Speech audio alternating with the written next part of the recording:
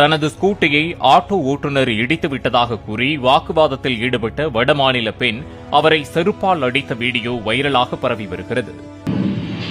நீங்க பார்த்த இந்த ஒரு விஷயம் அப்படிங்கிறது பெங்களூர்ல நடந்திருக்கு. ஒரு ஆட்டோ டிரைவர் ஒரு ஸ்கூட்டரை தெரியாம இடிச்சிட்டாரு அப்படிங்கிறதுக்காக அந்த ஸ்கூட்டரோட ஓனரா இருக்கக்கூடிய பெண் வந்து இந்த ஆட்டோ டிரைவர் கிட்ட ரொம்பவே ஆர்கியூ பண்ணிருக்காங்க.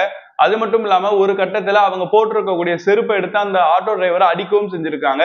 பொதுவா இந்த மாதிரியான ஒரு பிரச்சனையை நம்ம ஃபேஸ் பண்றோம் அப்படின்னு சொன்னா பக்கத்துல இருக்கக்கூடிய காவல்துறை அதிகாரிகளை சம்பவ இடத்துக்கு வர சொல்லிட்டு மோட்டார் வெஹிக்கிள் ஆக்ட் கீழே அவர் மேல எஃப்ஐஆர் பதிவு செய்ய சொல்லிட்டு நம்மளுடைய பைக்குக்கு ஏற்பட்டிருக்கக்கூடிய டேமேஜுக்கு ஏற்ற மாதிரி அவர்கிட்ட இருந்து நம்ம காம்பன்சேஷனை கேட்டிருக்கணும்.